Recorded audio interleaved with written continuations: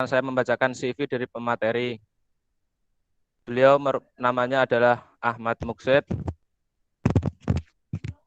Tempat tanggal lahir di Grobogan, 19 November 1991. Domisili sekarang di Jawa Barat.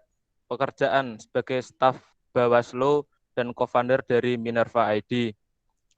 Nomor HP bisa dicatat ya sahabat-sahabati semuanya, 082 333 11 311 587. Pendidikan S1 Studi Agama-Agama UIN Wali Songo dari tahun 2011 sampai 2017 dan S2 Kajian Ketahanan Nasional Sekolah Kajian Strategik Global Universitas Indonesia tahun 2019 sampai sekarang. Pengalaman organisasi sangat banyak sekali ini. Yang pertama yaitu Ketua HMJ SAA pada tahun 2013, Ketua BEM Fakultas Usuluddin tahun 2014, Rektor KSMW UIN Wali Songo tahun 2015, PMI Rayon Usuluddin, PMI Komisariat UIN Wali Songo Semarang, PMI Cabang Semarang, dan Pengurus Besar PMII. Yang selanjutnya itu LPM IDEA pada tahun 2011 sampai 2015, UKM USC tahun 2011 sampai 2015, Ikatan Mahasiswa Prodi Grobogan UIN Wali Songo tahun 2011 sampai 2015, Jaringan Gus Durian Semarang tahun 2015 sampai 2017, dan Pimret Minerva ID tahun 2018 sampai sekarang. Langsung saja kepada Mas Muksid, bisa langsung menyampaikan materinya. Selamat siang Mas Muksid. Assalamualaikum.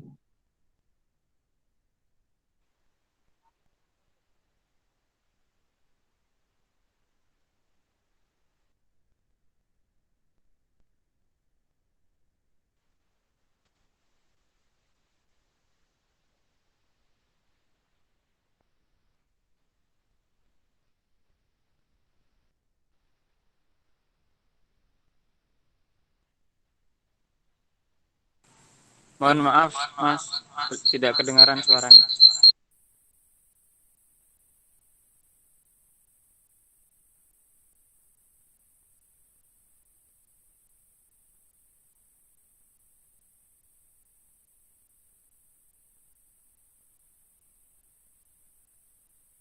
Mohon maaf Mas, suaranya belum ada.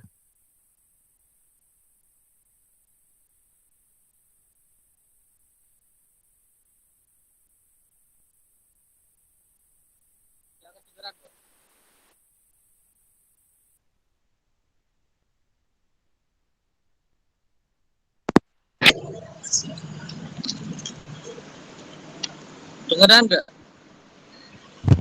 Udah Nah, Mas. baru. Dikasih pengantar tuh, Mas moderator. Oke, pada siang hari ini kita akan membahas mengenai mahasiswa, PMI, dan kampus sebagai miniatur negara. Nah, pada kesempatan kali ini akan membahas mahasiswa. Mahasiswa itu apa?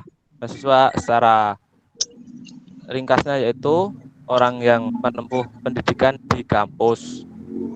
Dan sedangkan kampus sebagai miniatur negara yaitu konsep kampus sebagai contoh dari sistem pemerintahan negara sebagai miniaturnya. Dan PMI merupakan organisasi mahasiswa pada secara umumnya yang berlandaskan pada aswaja. Itu Mas. Wes ngono tok. Ya Mas. Materiku piye, Bro? Tadi tampil ke. Ini Mas. Baru silahkan tampilkan materinya.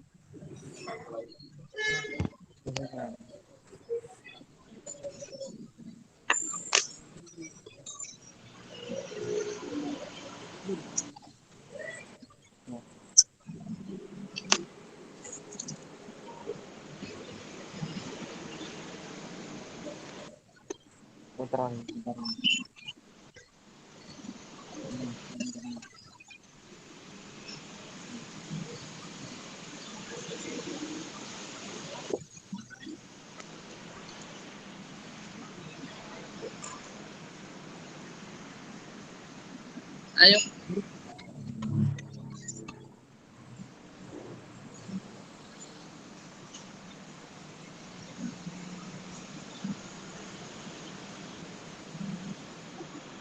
Nah, selamat siang semuanya. Siang. Selamat siang. Selamat gerakan. Semoga kita selalu dalam keadaan sehat dan dalam kondisi semangat untuk belajar terus-menerus. Perkenalkan, nama saya Ahmad Muksid. Diminta untuk kita sharing ya, mengenai bagaimana posisi mahasiswa kampus, terutama mahasiswa yang ber-PMII tentunya. Nanti kita akan sharing bagaimana pengalaman dan pengetahuan saya tentang tema ini. Mungkin nanti kita bisa lebih banyak ke sharing mungkin. Langsung ditampilkan materinya. Next.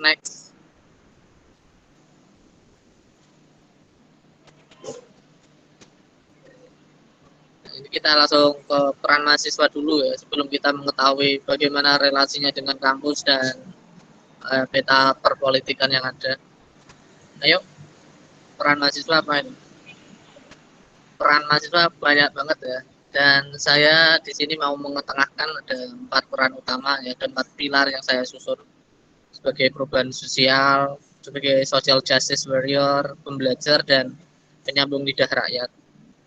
Next. Nah, ini again tentang perubahan sosial. Cara kerjanya seperti apa sih perubahan sosial? Kalian mungkin sudah sering ya dapat materi-materi atau bahkan kalian sudah mengetahui hal-hal semacam ini. Tapi kita ingin melakukan diseminasi atau penguatan terkait wacana ini. Misalnya tentang ini ada globalisasi yang membuat negara tidak lagi jadi aktor tunggal dalam menangani permasalahan masyarakat. Jadi dalam konteks dulu sebelum struktur negara semakin kompleks, semua permasalahan ya selesai di tangan negara. Bahkan sebelum ada negara, ya di kerajaan, ya, sistem kerajaan ya semua selesai di raja. Semua masalah ya selesai di raja, penasehat, dan masyarakat ya sebagai objek pemerintahan saja. Tapi seiring kompleksitas, permasalahan tidak bisa diselesaikan oleh negara semata dan butuh keterlibatan banyak elemen.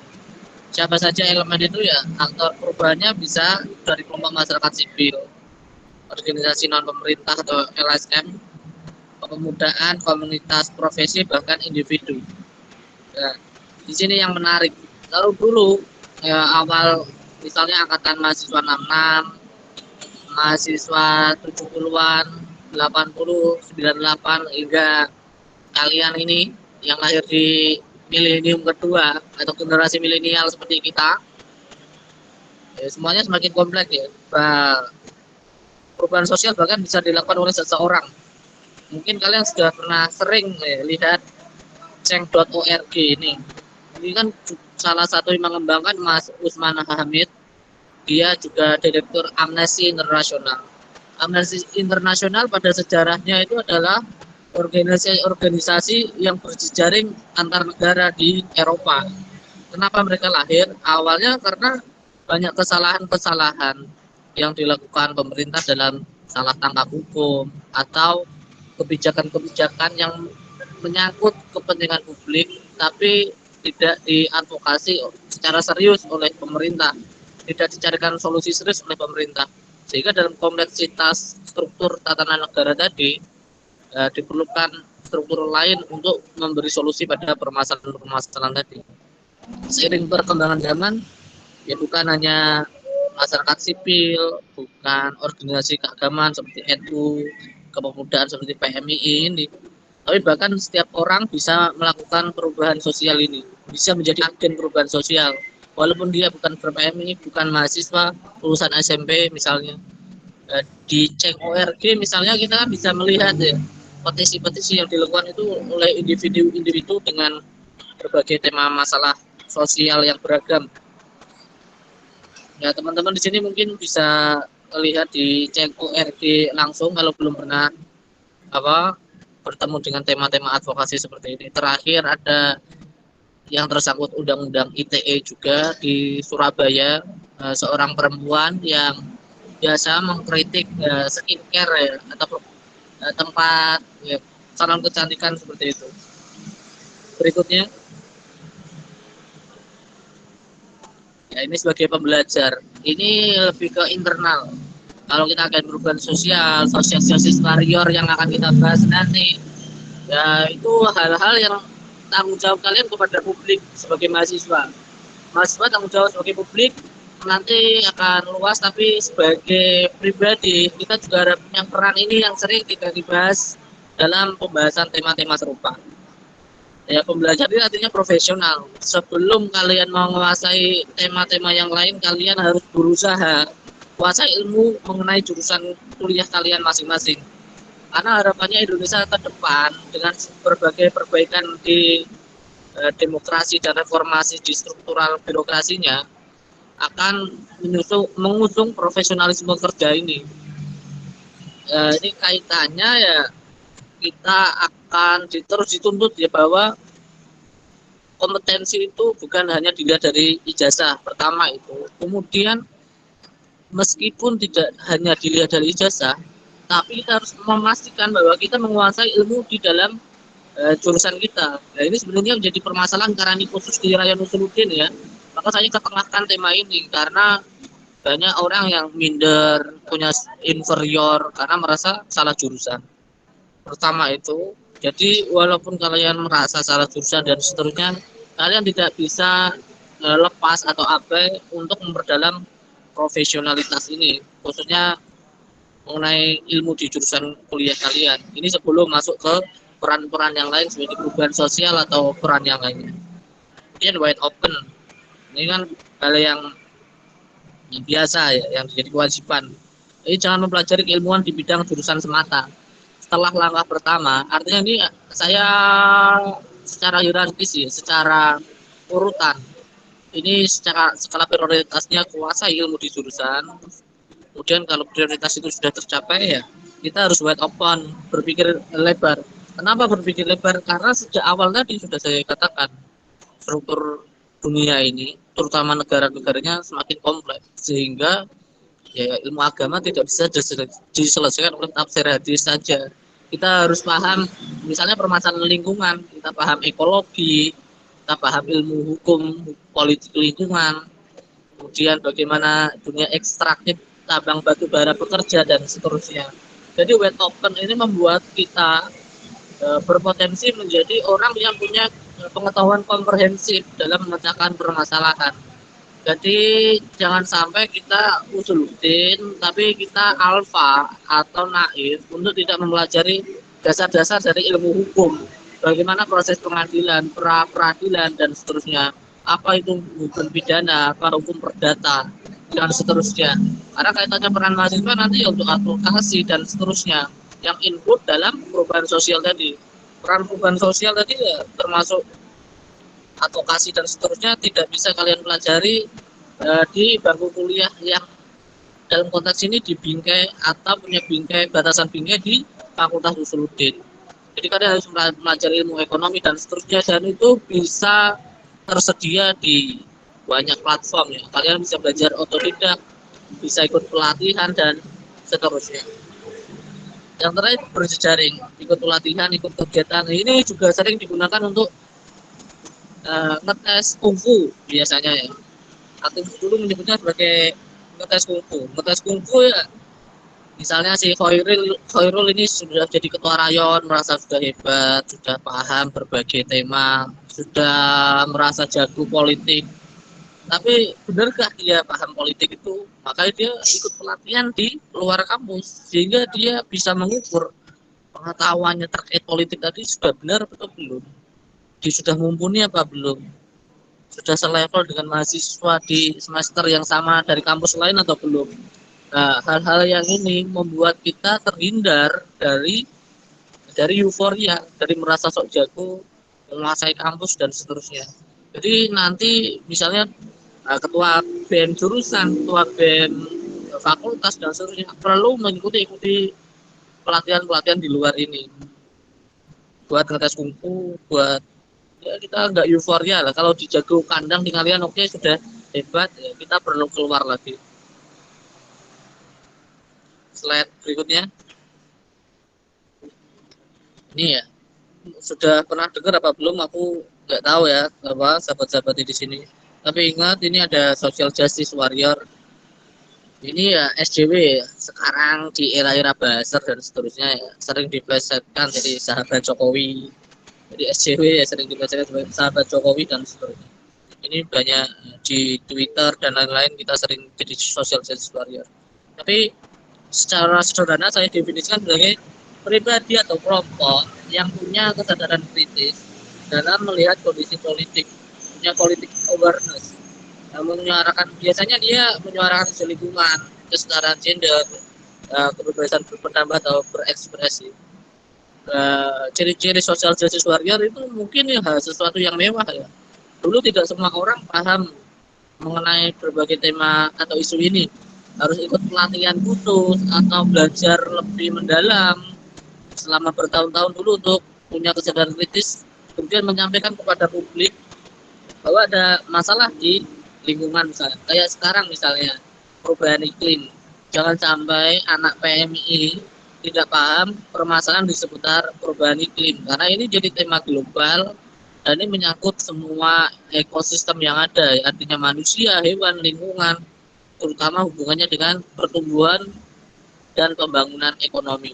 Karena tentu kalian juga pernah mendengar ada pembangunan berkelanjutan dan seterusnya. Nah, dalam konteks ini, social justice warrior dulu cuma beberapa orang yang punya kesadaran dan berani menyatakan ke publik ya, kritik pemerintah bahwa wah politik kita sedang tidak baik-baik saja nih. Oh ini ada politik uang nggak baik nih. Oh politik uang itu bahaya bagi demokrasi. Nah, hal-hal seperti ini ya tidak sembarang mahasiswa yang paham. Tapi sekarang kemungkinan orang jadi social justice warrior ya lebih mudah. Kalian baca Twitter, ikuti tagarnya, baca pelan-pelan, menguasai. Nanti kalian juga tahu tema yang sedang diperdebatkan atau diperbincangkan di publik, yang jadi public interest atau kepentingan atau ketertarikan publik secara massal. Mempertanyakan sesuatu yang telah kemudian langkah selanjutnya adalah kalau sekarang ya mempertanyakan sesuatu yang telah mapan.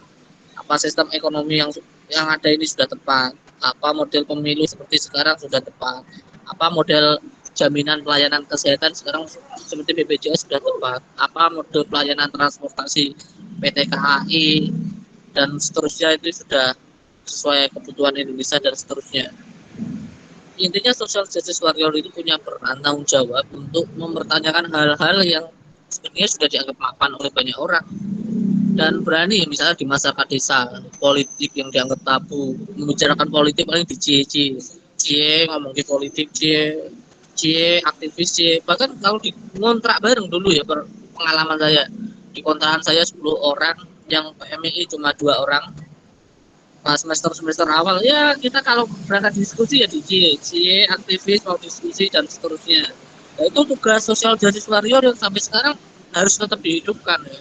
Karena ya butuh nyali juga. Untuk melakukan kebenaran saja butuh nyali.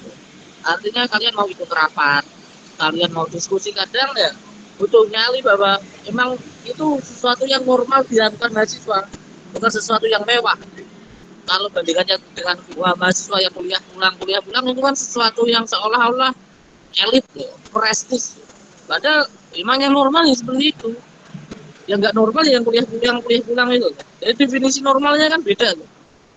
Seolah-olah mahasiswa yang aktivis itu keren, mahasiswa yang kuliah pulang itu normal. Padahal kebalikannya. Aktivis saja itu sesuatu yang normal. Ya orang yang kuliah pulang itulah yang abnormal. Jadi ikut diskusi, ikut forum seperti ini saja. Ya mungkin juga butuh nyali ya untuk mengisi dan bertatap muka secara virtual dengan kalian. Wah mungkin sih ngisi kayak hebat-hebat toh. Tapi kita niatnya ya sebagai social justice warrior ya seperti ini. Bersejaring, meningkatkan kesadaran kritis, menyampaikan masalah-masalah yang sebenarnya masyarakat sipil lainnya tidak aware bahwa itu masalah gitu. Mungkin itu dulu. Dan selanjutnya ini penyambung lidah rakyat. Ini sangat terkenal karena dipopulerkan oleh presiden pertama kita, Insinyur Soekarno, dulu ada namanya Tritura atau tiga tuntutan rakyat. Kenapa Tritura 10 Januari? 10 Januari itu diperingati Tritura ya, artinya beberapa hari lagi. Kenapa ada Tritura? Ini tidak bisa dilepaskan dari peristiwa G30S ya. Ingat jangan ditambahi PKI, tapi G30S atau Gerakan 30 September. Peristiwa ini yang dia cukup menarik ya, karena waktu itu kemelut politik berbuntut pada kemelut ekonomi, harga sembako naik, kemudian kebijakan-kebijakan pemerintah, terutama Menteri Keuangannya juga disinyalir menjadi faktor determinan ekonomi Indonesia semakin kacau, sehingga rakyat semakin tercekik oleh permasalahan-permasalahan kebutuhan pokoknya. Saat rakyat tercekik kebutuhan pokoknya, suara mereka disalurkan oleh mahasiswa. Seingat saya itu ada 3 hari ya, jadi selama 10 sampai 4 harian, 10, 11 sampai 13 Januari itu mereka demo terus-terusan sampai bisa bertemu dengan presiden. Di daerah-daerah yang lain juga melakukan ya, artinya di daerah lain mungkin bertemu DPR dan seterusnya. Yang ingin saya garis bawahi adalah mereka melakukan ini secara presisi, secara determinan, secara kontinu untuk melakukan aksi-aksi untuk menyampaikan aspirasi dari rakyat, bahwa rakyat sedang menderita, rakyat sedang tercekik dan seterusnya. Nah, ini salah satu fungsi mahasiswa yang menyambung lidah rakyat. Nah, kemudian kalian juga kalau tertarik pada isu-isu seperti ini bisa cari referensi terkait namanya tokohnya namanya Spivak ini nama orang. Dia membahas tentang wacana mengenai subaltern ini apa? Subaltern ini orang-orang yang tadi, orang-orang yang lemah, terpinggirkan, marginalkan. Sudah ada debat ya, nanti ada polemik. Misalnya orang-orang yang tersingkirkan atau digusur, kemudian disuarakan oleh aktivis atau LSM, kemudian diserang biasanya oleh mantan-mantan aktivis yang sudah jadi birokrat pemerintah. Memang Anda siapa kok berhak mewakili ya suara-suara dari orang-orang tersebut? Jadi subaltern itu adalah orang-orang yang lemah, kemudian tidak mampu menyuarakan pendapatnya sehingga perlu diwakili oleh sekelompok orang atau individu tertentu untuk menyampaikan keluh kesahnya kepada publik atau kepada pemerintah. Jadi subaltern ini menjadi dilema ya, misalnya kasus bangunan dulu pabrik semen ya di Pati, di Rembang misalnya, mesti kan ada dari pemerintah menanyakan KTP-mu mana, asal KTP-mu mana, kok ikut-ikut. Padahal dalam konteks yang lain masalah lingkungan itu menjadi masalah kita bersama secara individu, peran mahasiswa ya bersama itu. Tapi kita akan diserang oleh terkait tema-tema subaltern ini.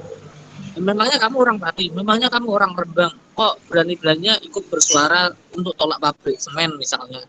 Apa kepentinganmu, apa urgensimu dan seterusnya. Ini tema-tema subaltern dalam kaitannya peran mahasiswa sebagai penyambung lidah rakyat. Kalian juga harus paham. Kemudian representasi dalam demokrasi, ya tema-tema kepemiluan ya, terus memahami permasalahan, menguasai pisau analisis. Artinya sebagai representasi demokrasi ya kita berhak bersuara terkait berbagai tadi ya, karena social justice warrior dan peran penyambung lidah rakyat, kita harus banyak memahami permasalahan ini.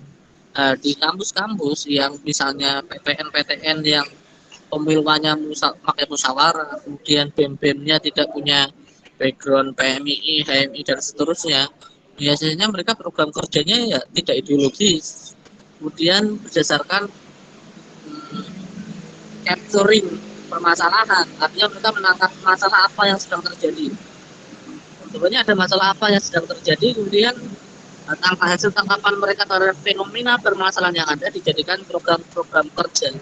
Nah, kalau model atau pattern atau polanya seperti itu, ya berarti mahasiswa tidak bisa dipisahkan dari menguasai isu analisis.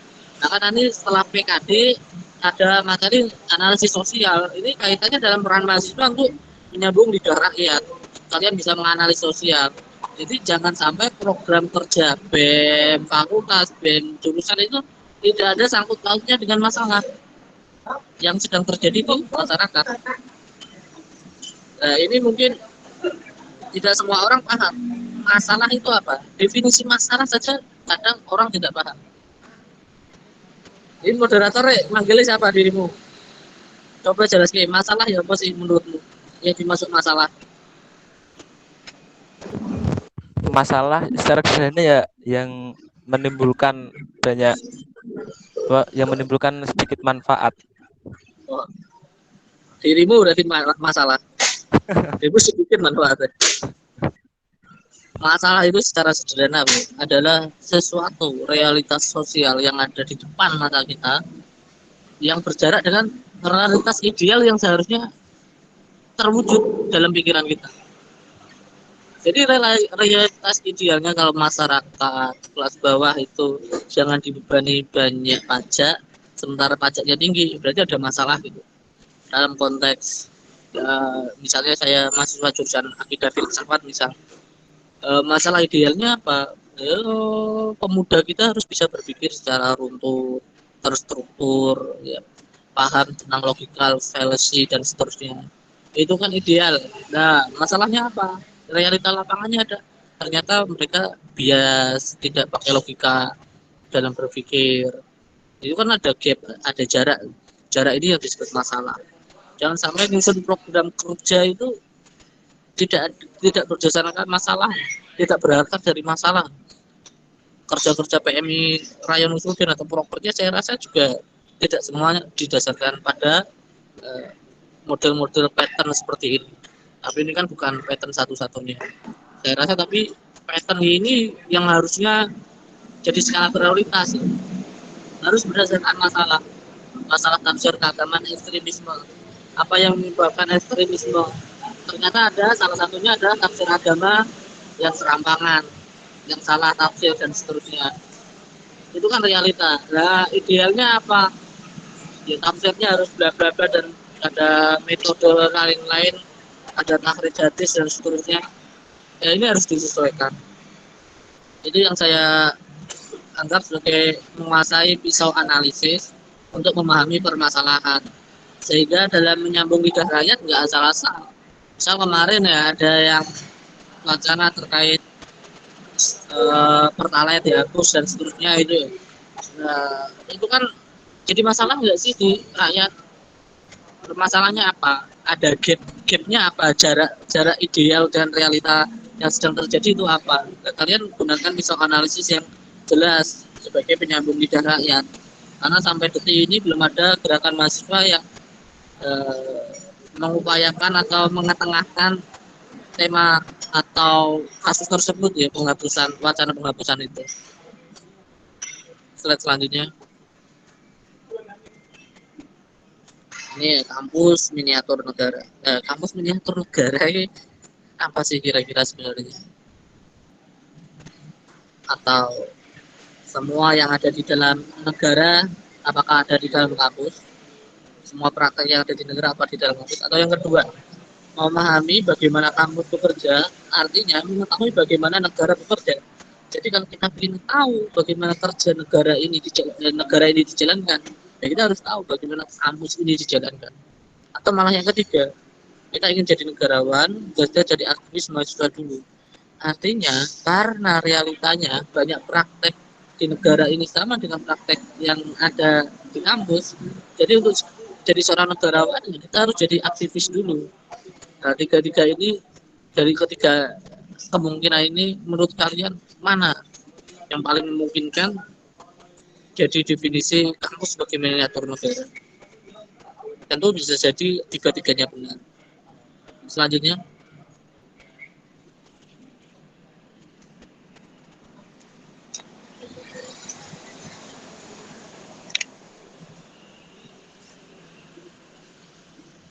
ini tentang aktivis mahasiswa bisa berdampak pada kondisi negara. Nah, ini kan seolah-olah kalian tinggalan ngopi di kantin Ma'had dan seterusnya misalnya, memang bisa melakukan dampak langsung pada negara enggak? Yuk slide selanjutnya.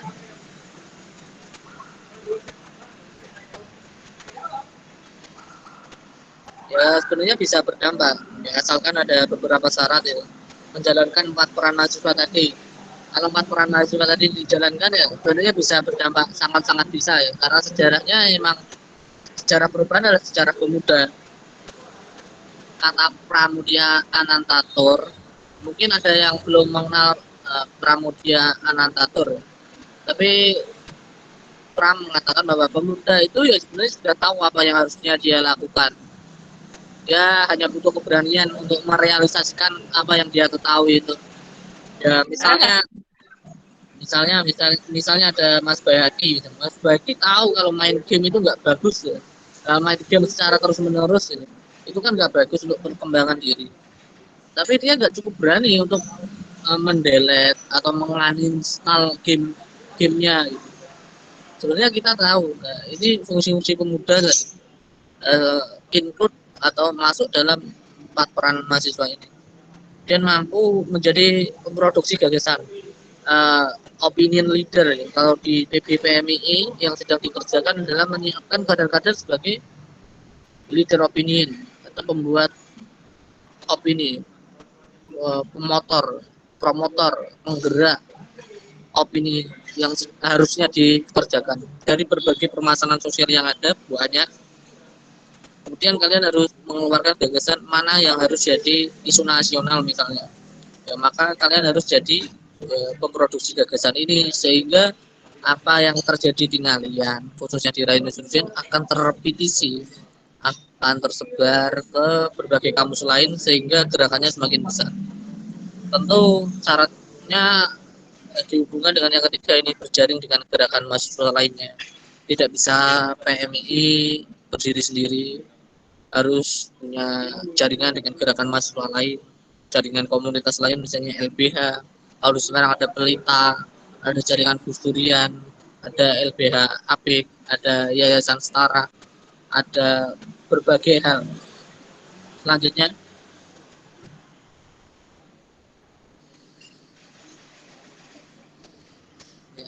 menjalankan, ya jangan sampai tidak ada bedanya dengan mahasiswa yang hanya kuliah pulang. Jadi kalau 4 peran mahasiswa ini dijalankan, ya ini yang akan membedakan dengan mahasiswa yang kuliah pulang. Nah, aktivis mahasiswa kan belum tentu menjalankan peran mahasiswa yang 4 saya sebutkan tadi. Jadi selama setiap anggota PMI menjalankan 4 peran mahasiswa tadi, ya kalian akan punya dampak gerakannya. Dia menjadi pemroduksi gagasan, berpikir kritis, konseptual, memperbanyak baca buku, menginspirasi gerakan. Ingat bahwa gagasan itu tidak bisa muncul dari ruang hampa. Kalian ngopi, bahas asmara, guyon-guyon sambil saling memperlihatkan meme Instagram yang kalian masing-masing anggap lucu, itu kemudian keluar gagasan revolusioner kan nggak bisa. Kalian baca buku, nonton video-video ceramah kebudayaan, dan seterusnya, baru bisa memunculkan inspirasi gerakan.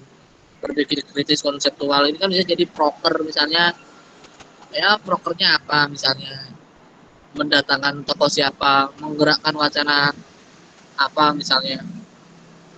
Kemudian berjaring dengan gerakan mahasiswa lainnya. Ya, dengan ber-PMI berarti kita bisa mempunyai sahabat seperjuangan yang punya kesamaan nilai perjuangan. Jadi kalau kenapa misalnya pemilihan pemilu mahasiswa itu, kenapa harus kita menangkan? Ya bukan karena kita ingin gaya-gayaan di kampus, tapi pada dasarnya ada ide agung, ada konsep agung di mana kita mengandaikan bahwa seandainya semua kampus UIN dipimpin oleh aktivis PMI, presiden demanya, presiden dema universitas sampai fakultasnya, berarti ada gagasan yang sama karena nilai-nilai dan ideologinya sama, punya kedekatan dengan NU, punya ideologi atau nilai-nilai dasar pergerakan yang sama, sehingga prokernya pun harusnya idealnya sama, sehingga apa yang dikerjakan oleh dema-dema di seluruh Indonesia di kampus-kampus UIN maupun kampus yang lain akan mudah tersambung, sehingga narasi-narasinya tidak hanya sekedar jadi narasi lokal.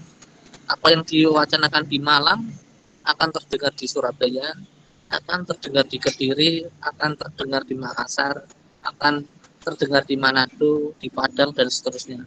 Ini pertama pentingnya ber-PMI. Kalau kita paham ideologi dan afiliasi politik itu memang berbeda. selanjutnya,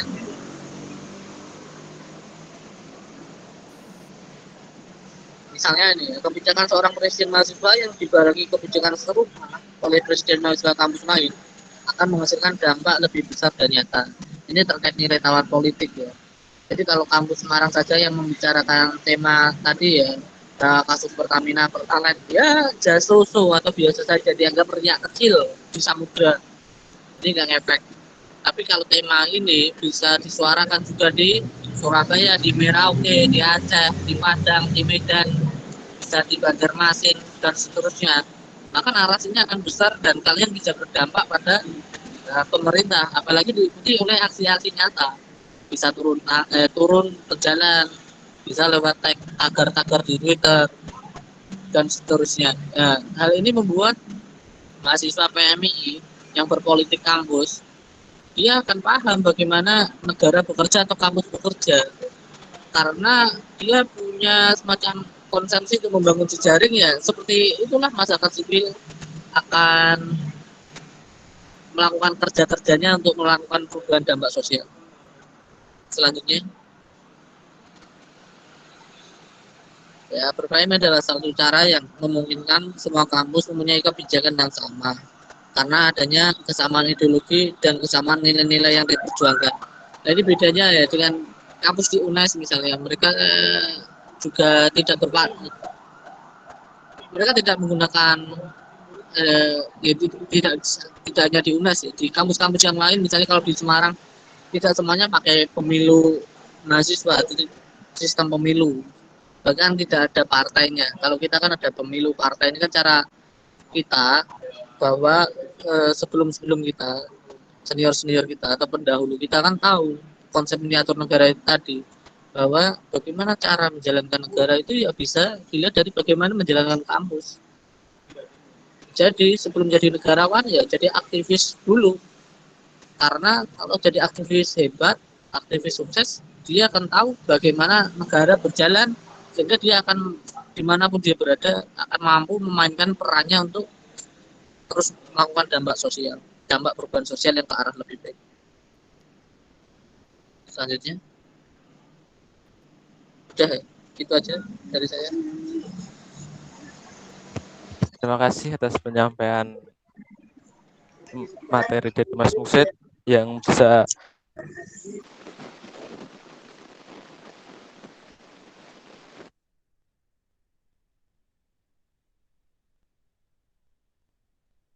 yang saya tangkap yang sangat menarik yaitu, nah, silahkan dari sahabat-sahabat jika ada pertanyaan langsung bisa open cam dan bertanya atau ditulis di room chat, monggo.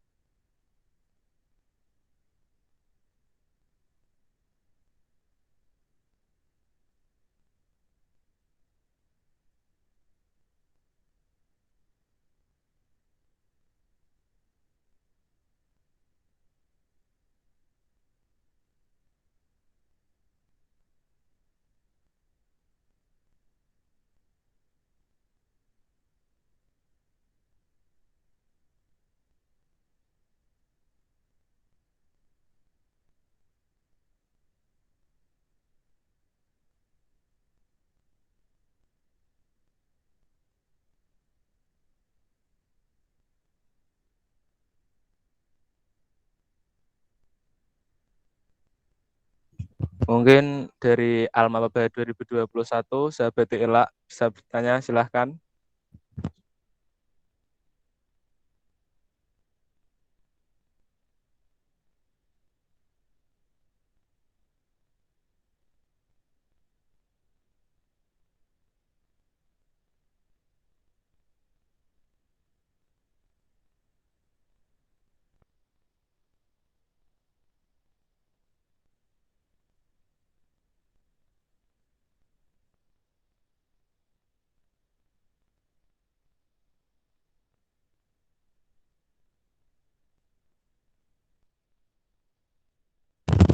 Oke, ini ada pertanyaan yang masuk dari sahabat Lailatul Munirah. Pertanyaannya adalah bagaimana pandangan pemateri tentang organisasi ekstra sebagai politisasi mahasiswa? Silahkan Mas Muksid bisa langsung dijawab.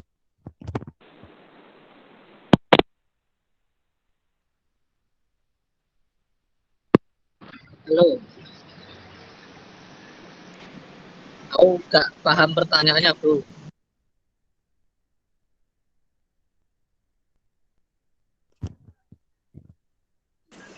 Halo, nggak paham pertanyaannya aku. Maksudnya gimana itu? Seperti ini.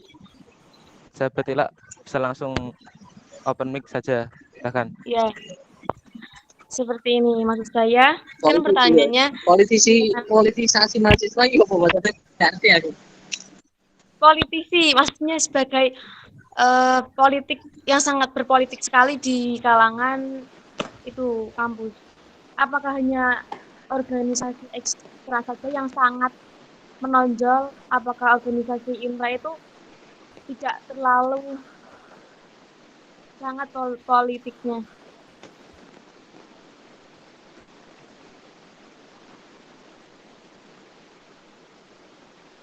Maksudnya organisasi ekstra lebih menonjol daripada organisasi intra gitu ya? Bagaimana? Ya, kenapa kok organisasi ekstra itu politiknya lebih menonjol daripada organisasi intra? Apakah organisasi perbedaannya apa gitu? Yang dimaksud politisnya menonjol itu apa? Jangan-jangan kita beda persepsi atau beda definisi yang dianggap sahabati sebagai politisasi atau politisi yang menonjol dari ekstra itu yang seperti apa? Ada contoh fenomena atau contoh peristiwanya enggak? Karena yang saya tahu itu kayak seperti PMI itu tuh seperti berpolitik banget dari sebelum saya masuk ke PMI itu banyak narasi-narasi yang mengatakan bahwa PMI itu ekstra yang sangat berpolitik sekali gitu. Nah itu saya jadi seperti kayak pengen tahu apa itu. Ya untuk berpolitik ini gimana maksudnya? Bingung kan?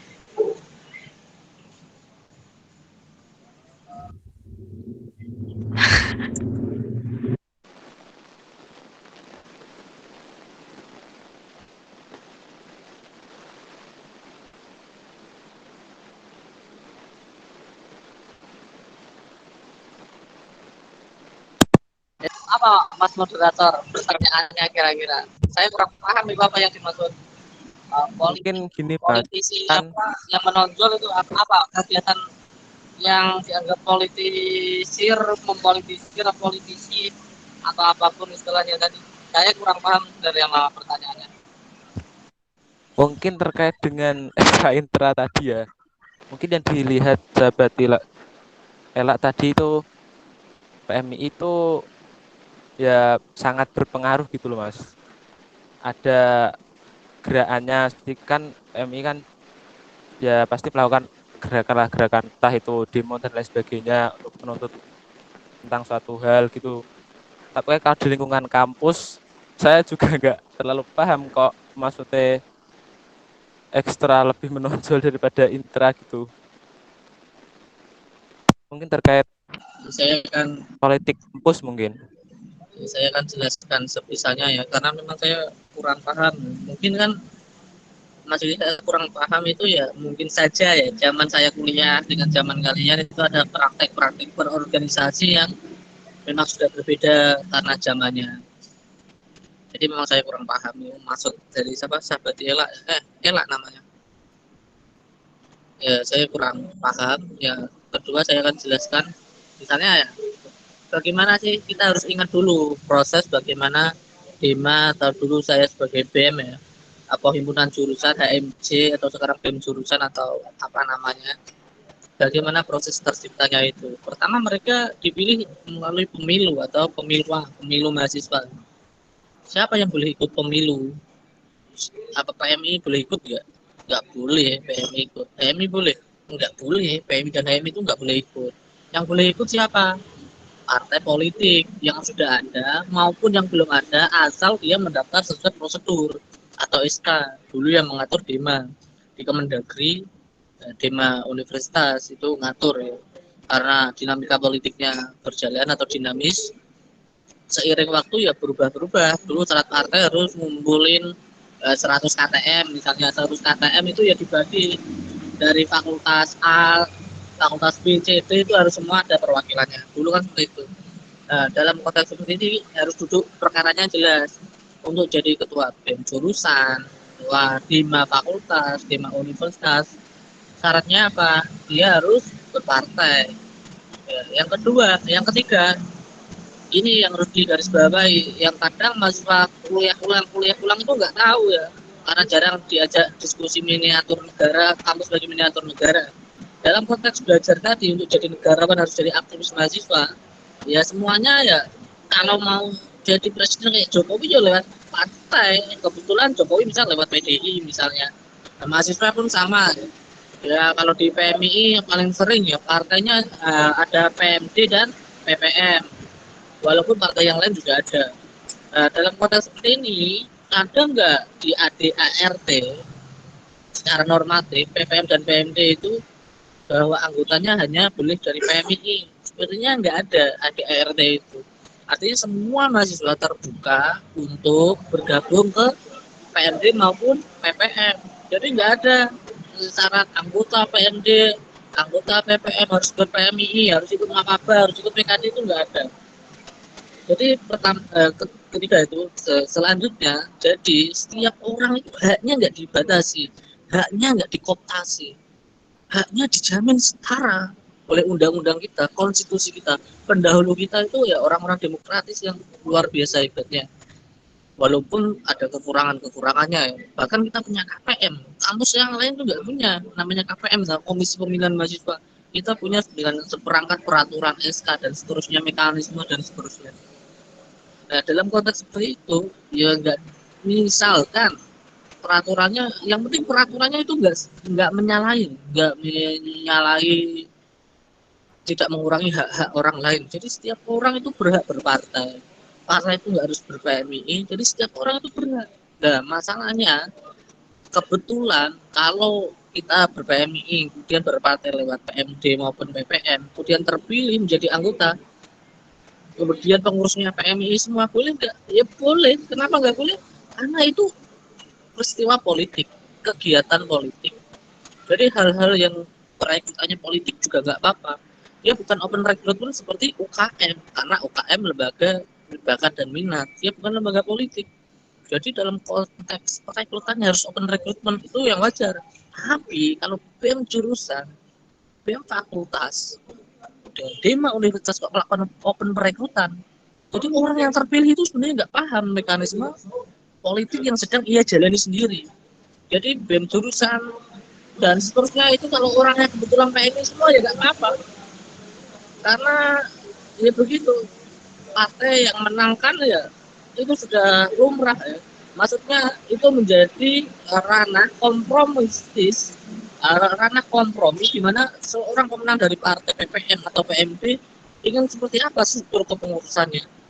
Apakah harus dari partai PMD semua atau partai PPM semua? Tapi karena mahasiswa awam tidak paham peta demokrasi, nggak pernah belajar politik, nggak tahu kampus sebagai miniatur negara, dia melihat kepengurusan di BEM jurusan, di BEM fakultas, itu kok PNI semua ya, kok seolah-olah arogan ya, menang-menangan lah istilahnya, menang-menangan ya padahal enggak, prosesnya itu proses politiknya lewat partai, bukan ada kaitannya dengan PMI. Kalau kalian nggak ber-PMI ikut partai sebenarnya sangat dibolehkan dan sangat dianjurkan sebenarnya untuk belajar proses politik. Jadi masalah adalah kadang orang yang kader PMI yang berpartai di PM maupun PMD kemudian terpilih, yang merasa terserang oleh persepsi kayak sahabat Ella ini, dia nggak mau sebagai ketua yang otoriter, ketua yang sangat maruk atau serakah politik sehingga pengurusannya harus PMI semua, maka membuat open recruitment. Ini yang salah kaprah. Jadi BEM jurusan melakukan open recruitment dalam konteks ya biar terhindar dari serangan, karena dia nggak nyaman diserang oleh persepsi bahwa dia itu ya otoriter, dia menang-menangan biasanya tadi politisi, mempolitisir dan seterusnya. Padahal itu hal-hal yang sangat sah, hal-hal yang sangat wajar. Karena setiap mahasiswa yang ingin jadi pengurus ya berpartai makanya.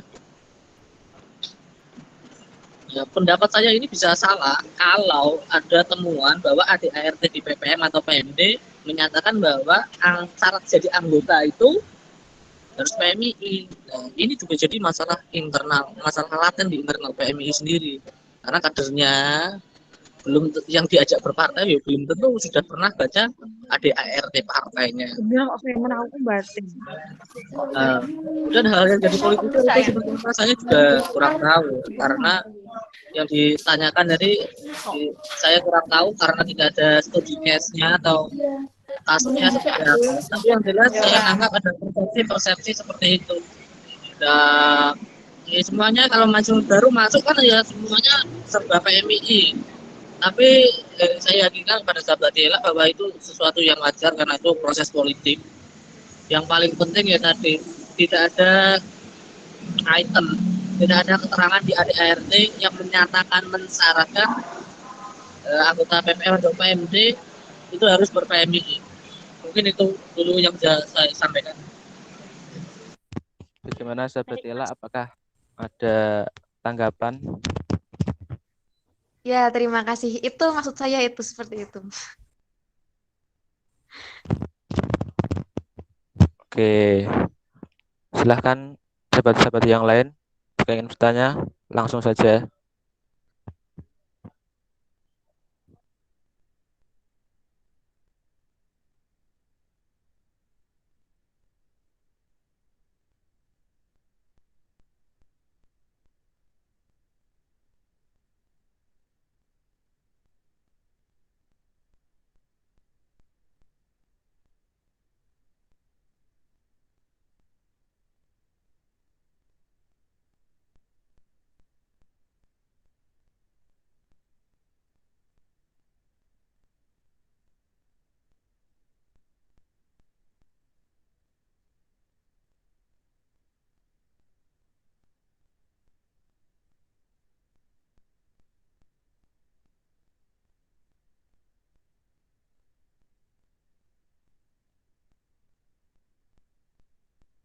Mungkin ada pertanyaan dari sahabat Khairul Mutahirin. Silahkan Pak Yon, kita.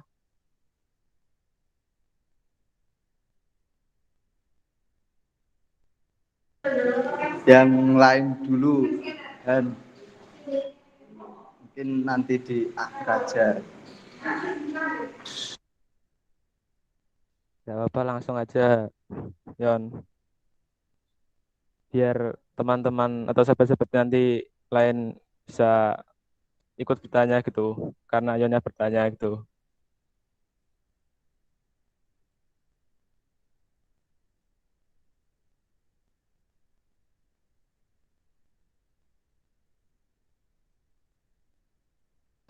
Baik, Assalamualaikum warahmatullahi wabarakatuh.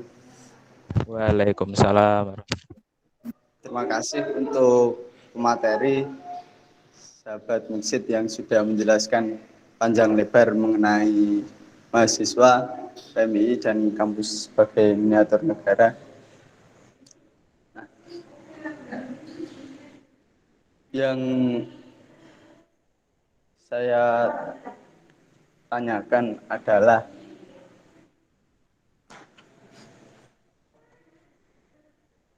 bagaimana sih kemudian dari mahasiswa, apalagi khususnya para kader-kader PMII, memahami bahwasanya PMII bukan organisasi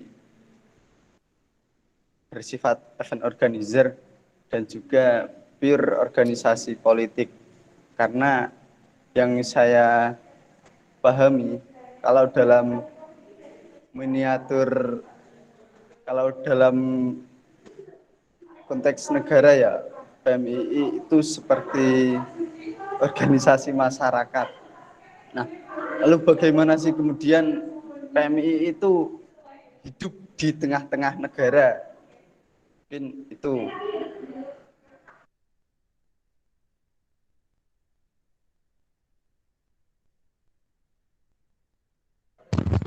Monggo Mas Muksid bisa langsung dijawab. Gimana tadi terjemahkan coba Mas moderator pertanyaan dari sahabat Hoyrul tadi. Sahabat Herul tadi mengatakan bahwa PMI itu bukan organisasi IO atau event organizer dan juga bukan organisasi yang pure politik. Nah, dia bertanya bagaimana PMII itu dia berdat bahwa PMII organisasi kemasyarakatan. Seperti itu. Lalu bagaimana tanggapan dari sahabat Muksid? Kalau tanggapan saya sependapat.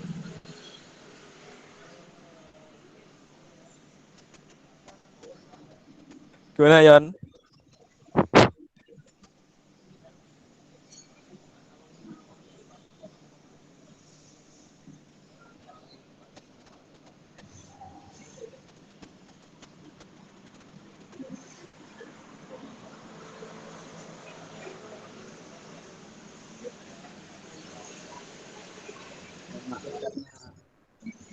Sinyal ya mungkin bisa dijabarkan lebih lanjut dari sahabat Muksid, karena itu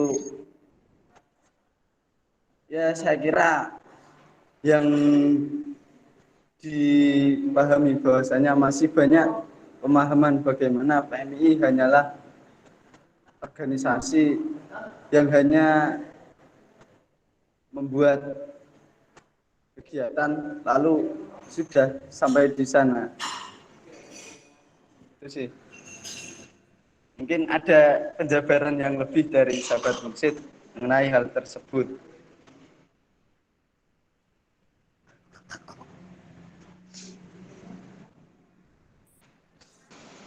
Gimana Mas moderator?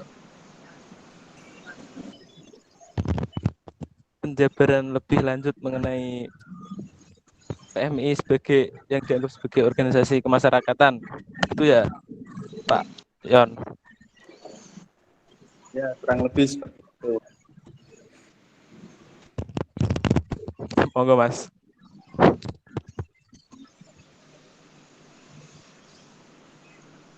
Ya, mungkin ketua rayonnya juga punya masalah-masalah seperti sahabat Dielak tadi ya, takut kalau PMI dipersepsikan terlalu politis, bergerak di bidang-bidang politik saja ya, karena 4 pilar peran mahasiswa tadi ya kerja-kerja politik. 4 peran tadi ya menempatkan mahasiswa ya kerjanya memang kerja politik.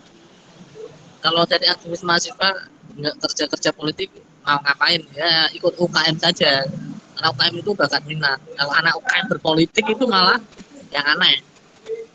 UKM USC berpolitik aneh, apalagi JHQ berpolitik itu aneh ya. Mereka harusnya ya latihan menciptakan lagu-lagu yang lebih hebat, melakukan komposer terhadap lagu-lagu agar bisa lebih enak didengar, populer, bisa menyampaikan dakwah secara lebih modern. Itu anak JHQ, anak USC ya bisa mengkampanyekan bagaimana gerakan sehat untuk masyarakat, gaya hidup sehat itu seperti apa, pola makan dan sebagainya. Kalau anak PMI ya memang harus politik ya. Kalau nggak berpolitik ya jangan salah ikut PMI. Pertama itu ya jangan, lo kok politik ya, ya berarti ya keluar di PMI, dari PMI ini nggak cocok. Berarti kalau PMI kerja-kerjanya kerja politik. Politik itu kan kalau mahasiswa awal ya saya langsung menganggap bahwa politik ditanya senior, menurutmu apa sih politik itu? Wah politik itu kotor mas, nggak mau saya. Ya saya kan seperti Koirul ya, yang masih polos, dunia luar yang belum banyak saya ketahui. Tanya politik apa ya, politik itu kotor, sehingga harus dijauhi sebisanya. Sebelum dia mendekat, kita harus lari berbalik arah, berlawanan arah dengan politik itu. Pada dasarnya kerja PMI itu semuanya politik. Politik itu artinya dia kerja untuk memperkuat jaringan demokratisasi yang sudah dilakukan sejak era reformasi, bahkan sebelumnya ya, zaman Mahfud Junedi dan seterusnya. Kerja politik artinya bagaimana terlibat dalam kebijakan-kebijakan negara yang melahirkan kebijakan publik yang bisa membawa kesejahteraan masyarakat atau rakyat lebih besar dan tanpa mengorbankan kelompok yang lain sedemikian rupa. Jadi bisa saja kesejahteraan itu mengorbankan kelompok lain ya. Misalnya ini yang sering dilakukan oleh pemerintah. Karena prinsipnya ya pakai Stuart Mill dan lain-lainnya yang mengatakan British happiness for British number. British happiness for British number itu ya kesejahteraan yang sebesar-besarnya bagi mayoritas. Kalau itu harus mengorbankan minoritas, why not? Itu kan prinsip-prinsip pertumbuhan atau pembangunan ekonomi yang selama ini masif dilakukan. Dalam kerja politik di kampus sebagai miniatur negara, ya kalian tahu lah, ada SK Rektor, ada kebijakan mengenai AM, jurusan baru, ada Orsenik dan seterusnya. Ya, jadi misalnya Orsenik itu bagus gak buat perkembangan mahasiswa secara umum. Nah, kalian sebagai politisi kampus, aktivis kampus kan politisi kampus, ya harus tahu lah bisa ngorban. Itu bagus apa enggak.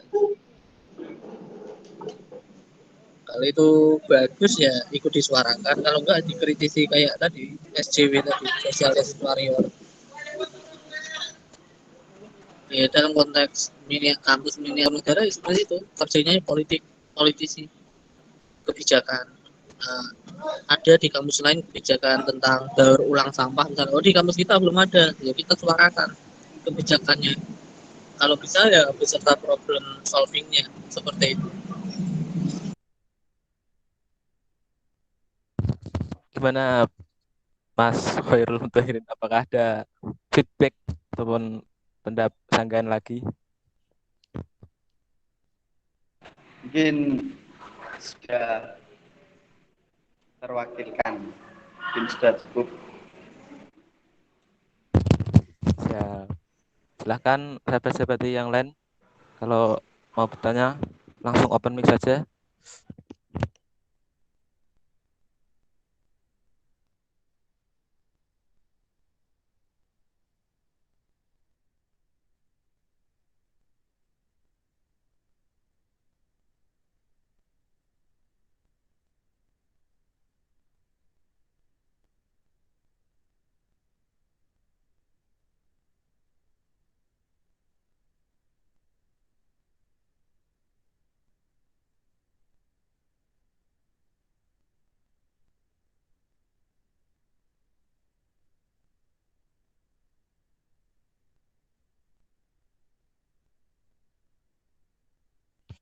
Sahabat Alen Asail open cam ini mau bertanya, monggo silahkan.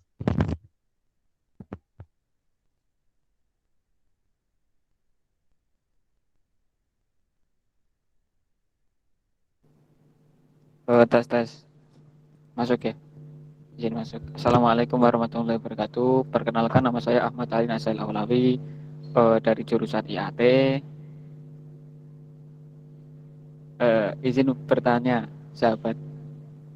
Tadi kan sudah dijelaskan mengenai apa sih social justice warrior atau SJW. Yang saya ingin tanyakan itu bagaimana menjadi suatu pribadi yang mempunyai keberanian dalam menyuarakan isu-isu sosial yang ada. Melihat bahwasanya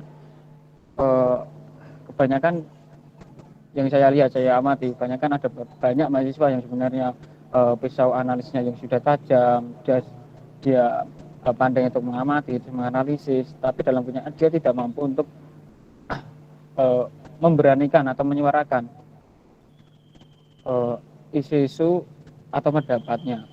Jadi yang saya ingin tanyakan mengenai bagaimana sih agar kita itu berani dalam menyuarakan pendapat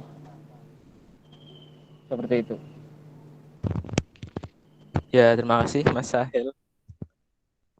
Inti pertanyaannya yaitu bagaimana menjadi pribadi yang berani menyuarakan pendapat. Ini lebih me- meminta tips gitu ya. Silahkan Mas Mukset bisa memberikan tipsnya kepada sahabat Sahil dan kita semua bagaimana menjadi pribadi yang berani menyuarakan pendapat. Monggo.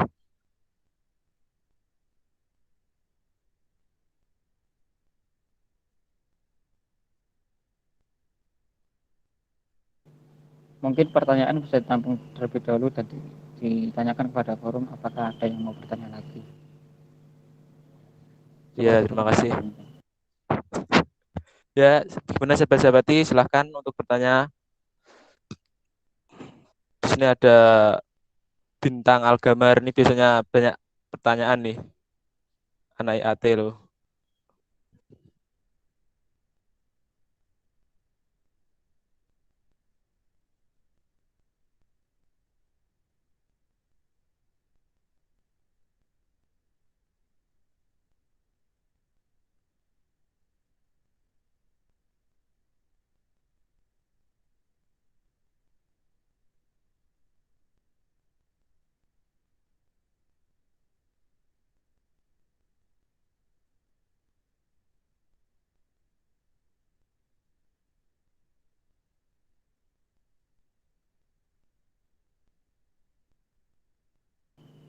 Ya,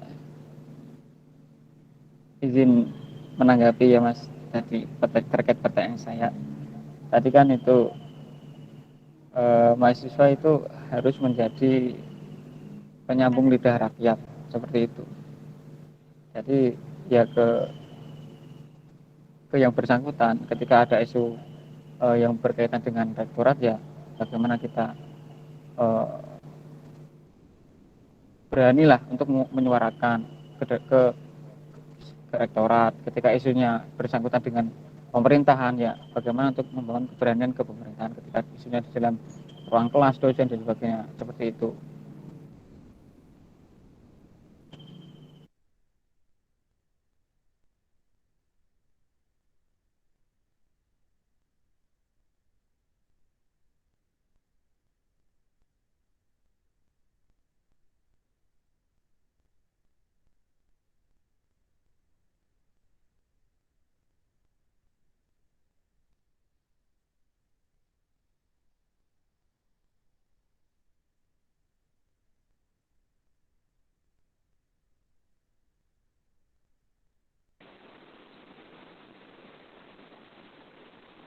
Keberanian itu kan seperti yang sudah saya jelaskan di awal tadi, kata kata pramudia kita itu sebagai pemuda sebenarnya tahu apa yang harus kita lakukan. Pertama itu. Kedua, kemudian pernah mengatakannya pemuda itu juga berani apa enggak? Nah, ini pertanyaan yang sangat menarik. Meningkatkan keberanian itu seperti apa? Padahal pertanyaan dari penanya tadi sudah menjelaskan bahwa sebenarnya dia sudah tahu apa permasalahan sosialnya, punya analisis sosial dan bla bla bla seterusnya. Seharusnya itu sudah memenuhi syarat untuk melakukan keberanian atau menyalurkan pendapatnya sebagai penyambung lidah rakyat. Nah, ini yang menjadi menarik kenapa dia itu juga berani. Kita akan menerka-nerka dan kita berdiskusi. Yang pertama memang cara untuk menimbulkan keberanian itu ya paham permasalahan tadi yang saya sebutkan. Memahami permasalahan sosial, punya analisis sosialnya, berarti kita bisa menjadi penyambung lidah rakyat atau menyalurkan aspirasi tanpa mengetahui data, tanpa mengetahui permasalahan, tanpa punya landasan teori, tidak sampai menyampaikan pendapat publik atau menjadi penyambung lidah rakyat. Namanya kalian ya bunuh diri, namanya. Tanpa data, tanpa analisis sosial, tanpa teori ya sangat sulit untuk kita sebagai mahasiswa menjalankan peran penyambung lidah rakyat tadi. Yang kedua keberanian. Keberanian ini terkait bagaimana kita berkomitmen menjalankan empat peran ini. Yang namanya tanggung jawab kan tidak semua orang punya cukup nyali. Kalau zaman dulu saya banyak yang dipertaruhkan. Kalau zaman sebelum kita kan untuk demokrasi saja taruhannya masuk penjara. Kalau saya mah taruhannya cuma mata kuliah dapat terus ngulang tahun semester depannya. Bisa bolos, bikin kajian, bikin aksi, bikin yang lain-lain. Itu juga mengorbankan apa sih paling paling cuma mengorbankan mata kuliah. Di generasi sebelumnya ya mengorbankan sampai di penjara dan seterusnya dikerja-kerja rezim otoriter. Kalau kita nggak bakal separah itu lah ya, kemungkinan buruk kalau kita menyampaikan pendapat atau menjadi penyambung lidah rakyat. Keberanian itu relasinya berbanding lurus atau berbanding linear dengan komitmen. Jadi setiap orang yang komitmennya semakin tinggi, ya dia akan semakin berani. Jadi orang yang punya pengetahuan tapi tidak punya komitmen terhadap peran mahasiswa, ya tentu saja dia tidak akan berani menyalurkan pendapatnya. Nah ini nanti ya buku menarik itu tentang yang ditulis Albert Camus, kemudian diterjemahkan oleh N. Hadini, seorang sastrawan perempuan dari Ungaran, Kabupaten Semarang, dan itu kritis kebebasan. Diterbitkan oleh Yayasan Obor pada tahun 1960-an. Kami waktu itu sedang memperhadapkan bagaimana semangat bangsa Perancis anti feodalisme melawan nasionalisme buta Nazi Jerman. Dalam konteks itu ya keberanian hati nurani ya tidak mudah untuk mendapatkan hal semacam itu. Jadi di PMII diskusi harian, program kerja, pengalaman kalian dalam aktivitas politik kampus di UKM, di HMP, di HMC, di BPAU saat menghadapi wakil dekan dengan adu argumen yang rasional dan sopan itu kan bukan hal yang mudah, itu hal yang sulit dan itu keberanian, dan itu juga tidak bisa didapatkan oleh kali dua kali percobaan. Jadi sekali lagi keberanian itu adalah komitmen. Jadi kalau kalian nggak berani menyatakan pendapat, ya berarti komitmen kalian menjalankan peran mahasiswa itu ya zero, nol gitu.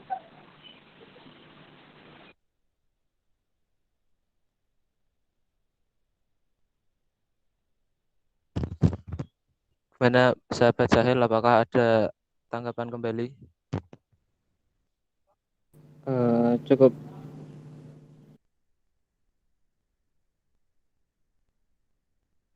Cukup, terima kasih Mas sahabat.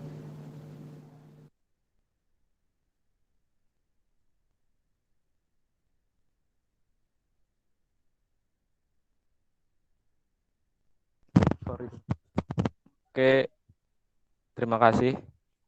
Silahkan sahabat-sahabat yang lain, apakah ada pertanyaan? Silahkan. Atau mungkin dirasa sudah cukup diskusi pada kesempatan kali ini.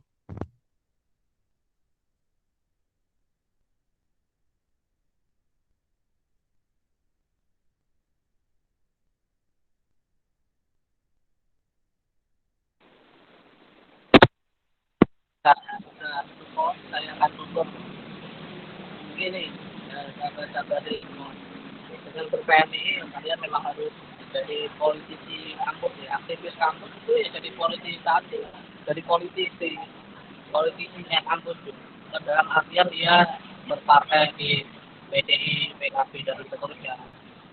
Tapi dalam tugas-tugas miniatur negara tadi kita tidak mengkritisi kebijakan, bahkan kita mengusulkan kebijakan dan menyediakan problem solvingnya. Dengan begitu jadi aktivis mahasiswa itu kemewahan karena tidak setiap orang punya kesempatan bergabung dengan PMI.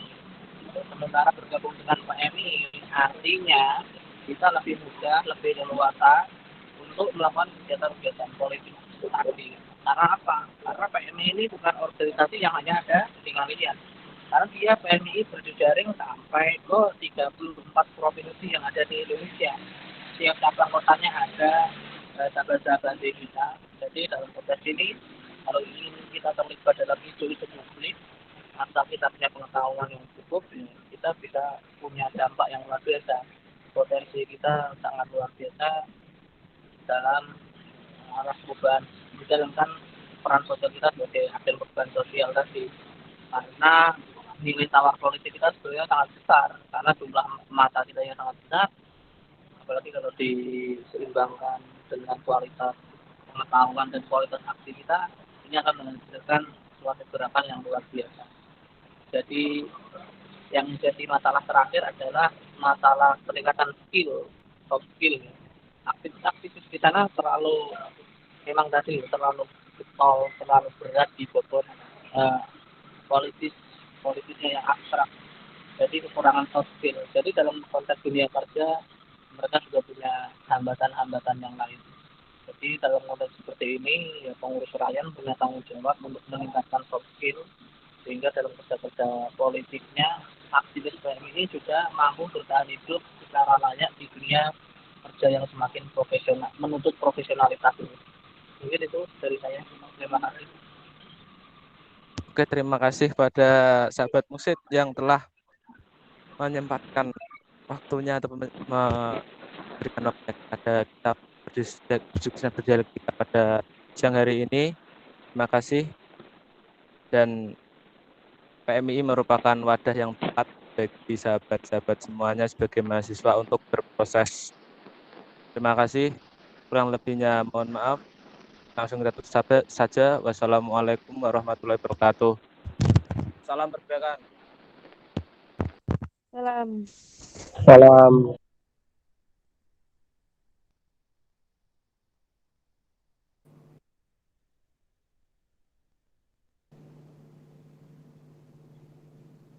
Salam. Om Swastiastu. Terima kasih sahabat-sahabat yang sudah menyempatkan waktunya.